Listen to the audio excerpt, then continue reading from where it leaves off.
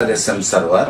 আপনাদেরকে বলবো যে সারা ওয়ার্ল্ডের যত ক্যান্সার স্পেশালিস্ট আছেন প্রত্যেক ডাক্তারের একই বক্তব্য, ক্যান্সার হলো একটি মরণ ব্যাধি, ক্যান্সার হলে আনসার নেই, ক্যান্সার মানে নো আনসার। বিশেষ করে এই ক্যান্সারে আমার ফাদার মারা গেছেন, আমার শ্বশুর মারা গেছেন, আমার মামা মারা গেছেন। আমি তিনটা ক্যান্সারের ফাইল নিয়ে ডাক্তারদের পাশে পাশে ঘুরেছি যে আমি তো চিকিৎসা কোনো ত্রুটি করি নাই, কিন্তু এই আমার তিনটা রোগী মারা গেল কেন?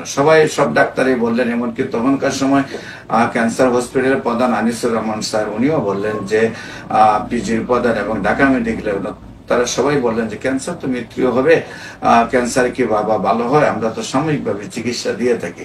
আদৌ পর্যন্ত সারা ওয়ার্ল্ডে ক্যান্সার দিবস সহ সবাই একই বক্তব্য দিচ্ছেন যে ক্যান্সার হলে আনসার নেই। আমি আপনাদেরকে বলবো যে হোমিওপ্যাথিকে আমি যখন একেবারে নিরাশ হই তখন হোমিওপ্যাথিকের সাথে যোগাযোগ করলাম। বাংলাদেশের সর্বশ্রেষ্ঠ হোমিও কলেজ যেটা প্রেসিডেন্ট ভবনের পাশে, সেখানে আমি প্রিন্সিপালের সাথে সাক্ষাৎ করার পরে উনি বললেন যে সিমিলিয়া সিমিলিবাস কিউরান্টা, সাদৃশ্যে ব্যাধি মুক্ত। Homoeo treatment is the treatment of patient, not the patient but the disease, not the disease but the symptom. Homoeo ট্রিটমেন্টে যদি রোগীর ফর দ্য পয়েন্টকে রোগের সাথে ওষুধের সাথে অ্যাডজাস্ট করা যায় তাহলে যত বড় রোগী হোক না কেন ভালো। আমাদের হবিগঞ্জের গর্ব, আমাদের বাংলাদেশেরই অহংকার বলা যায়, মাননীয় প্রধানমন্ত্রীর খুব কাছের লোক ব্যারিস্টার সুমন সাহেব, তার চাচির ক্যান্সার হয়। বাংলাদেশ, ইন্ডিয়া, সিঙ্গাপুরে চিকিৎসা করে সুস্থ হয় নাই। একদম সুমন সাহেবের বাড়ির পিছনেই অ্যাডভোকেট তুহিনের আম্মা হান্নান সাহেবের ওয়াইফের ক্যান্সার হলো, আবার কিডনিও দুটোটা ড্যামেজ।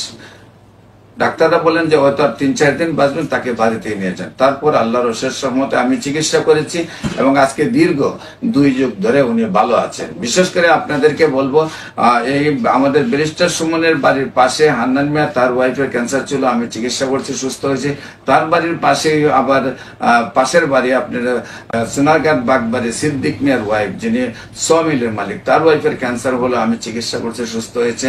এবং এর পাশের বাড়ি আবার ক্যান্সার হলো, তারও চিকিৎসা করতে সুস্থ হয়েছে। মাননীয় প্রধানমন্ত্রীর খুব কাছের লোক রেলমন্ত্রী মুজিবুল হক সাহেব, তার প্রধান গানম্যান মুস্তাফিজুর রহমান, তারও ক্যান্সার হয়।